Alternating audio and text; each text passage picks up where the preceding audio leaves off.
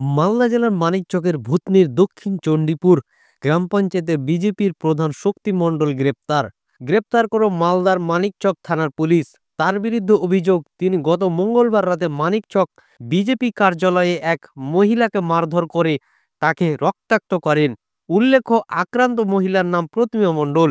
তিনি বিজেপি পরিচালিত ভূতনির দক্ষিণ চণ্ডীপুর গ্রাম পঞ্চায়েতের বিজেপিরই মহিলা পঞ্চায়েত সদস্য। তার ছেলে বঙ্কিম মণ্ডল অভিযোগ করেন, তার মা দলীয় প্রধানের দুর্নীতির বিরুদ্ধে সরব হয়েছিলেন। প্রশাসনের বিভিন্ন মহলে অভিযোগ জানিয়ে গত মঙ্গলবার রাতে মানিকচক বিজেপি কার্যালয়ে বিজেপির জেলা নেতৃত্ব আলোচনার মাধ্যমে বিষয়টি মিটিয়ে ফেলার মাকে ডেকে পাঠান। সেখানেই দক্ষিণ চণ্ডীপুর গ্রাম পঞ্চায়েতের প্রধান শক্তি মণ্ডল এবং তার দুই অনুগামী দীপঙ্কর মণ্ডল ও ফেকন মণ্ডল মিলে তার মাকে মারধর করে রক্তাক্ত করেন। এই বিষয়ে বিজেপির আক্রান্ত মহিলা পঞ্চায়েত সদস্য মানিকচক থানায় লিখিত অভিযোগ দায়ের করে। সেই অভিযোগের ভিত্তিতেই বুধবার রাতে মানিকচক থানার পুলিশ ভূতনির দক্ষিণ চণ্ডীপুর গ্রাম পঞ্চায়েতের বিজেপির প্রধান শক্তি মণ্ডলকে গ্রেপ্তার করে এবং বৃহস্পতিবার ধৃতকে মালদা জেলা আদালতে তোলা হয়। আপনার উপস্থিতিতেই আমরা দেখলাম যে দলীয় কার্যালয়ের ভিতরেই দক্ষিণ চণ্ডীপুর গ্রাম পঞ্চায়েতের প্রধানের হাতে মহিলা বিজেপি সদস্য আক্রান্ত হয়েছে এবং সেই ঘটনায় প্রধানকে গ্রেপ্তার করা হয়েছে, আজকে আদালতে পেশ করা হলো। কি বলবেন? আক্রান্ত হয়নি, কারণ ওখানে আমি উপস্থিত ছিলাম। এই ঘটনাটা গত প্রায় 2 মাসেরও বেশি হবে তাদের মধ্যে একটা ব্যক্তিগত বিবাদ চলছে। এর আগেও দুপক্ষই থানাতে দুপক্ষের নামে অভিযোগ করেছে। তো সেই বিষয়টা দুপক্ষের সাথে দীর্ঘদিন ধরে কথাবার্তা বলার পর সেখানে একটা মীমাংসার জন্য বসা হয়।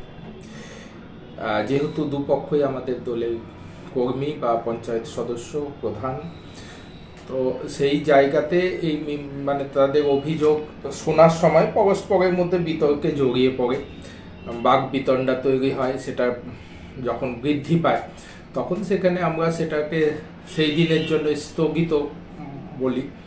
তো একটা ছোট ঘরের মধ্যে অনেক কয়জন নিয়ে বসা হয়েছিল। তো সেই স্বাভাবিকভাবে যখন তর্ক বিতর্ক হয়েছে, সবাই তাড়াহুড়ো করে ওই ঘর থেকে বেরাতে সময় কেউ ওই যে অভিযোগ করেছে তার কিছু চোট লেগেছে, যেটা আমি জানি। কিছুটা নাকের কাছে হয়তো কিছুটা কেটেও গেছে।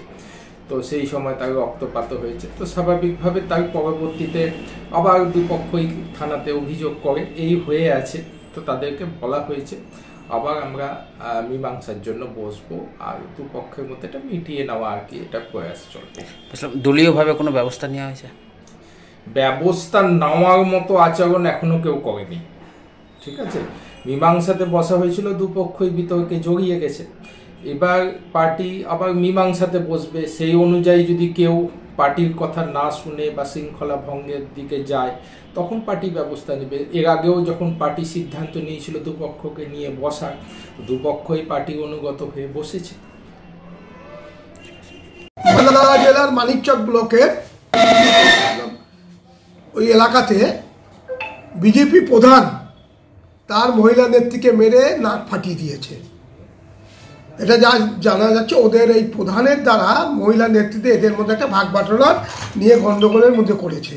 কিন্তু কারণ একটাই, যে বিজেপিরা মহিলাদেরকে কোনোদিন সম্মান দেয়নি। আমরা দেখেছি বিজেপি রাজ্য যেখানে বিজেপির আছে, মণিপুর থেকে শুরু করে উত্তরপ্রদেশ, মহারাষ্ট্রে, সেখানে মহিলাদের কোথাও ওরা সম্মান দিতে যায় না। এটা বাংলাতে ওরা এই কালচারটা ফিরিয়ে নিয়ে এসছে, বিহারেও দেখেছি। এটা বিজেপির এটা ট্র্যাডিশন।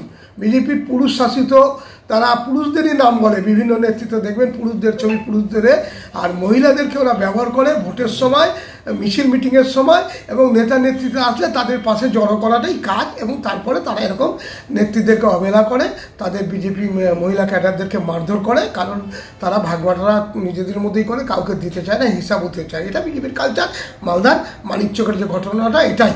এবং আমাদের পশ্চিমবঙ্গের রাজ্যে আমাদের মাননীয় মুখ্যমন্ত্রী পুলিশের কাছে যে পুলিশকে যে পাওয়ার দিয়েছে, আমরাও আবেদন করেছি পুলিশ তদন্ত করে ইতিমধ্যে গ্রেপ্তার হয়েছে শুনেছি আমি প্রধান, তার বিরুদ্ধে প্রয়োজনীয় ব্যবস্থা। কারণ মহিলাটা বাংলার মহিলা, সে কোন পার্টি করেছে, তার পার্টির সাথে গণ্ডগোল, সেটা পরের কথা। যখন আইনের জায়গা চলে আসছে তখন বাংলার মহিলাকে সম্মান দেওয়ার জন্য মমতা বন্দ্যোপাধ্যায় রাস্তায় নামে। তাই তার বিরুদ্ধে প্রয়োজনীয় ব্যবস্থা প্রশাসন দেবে।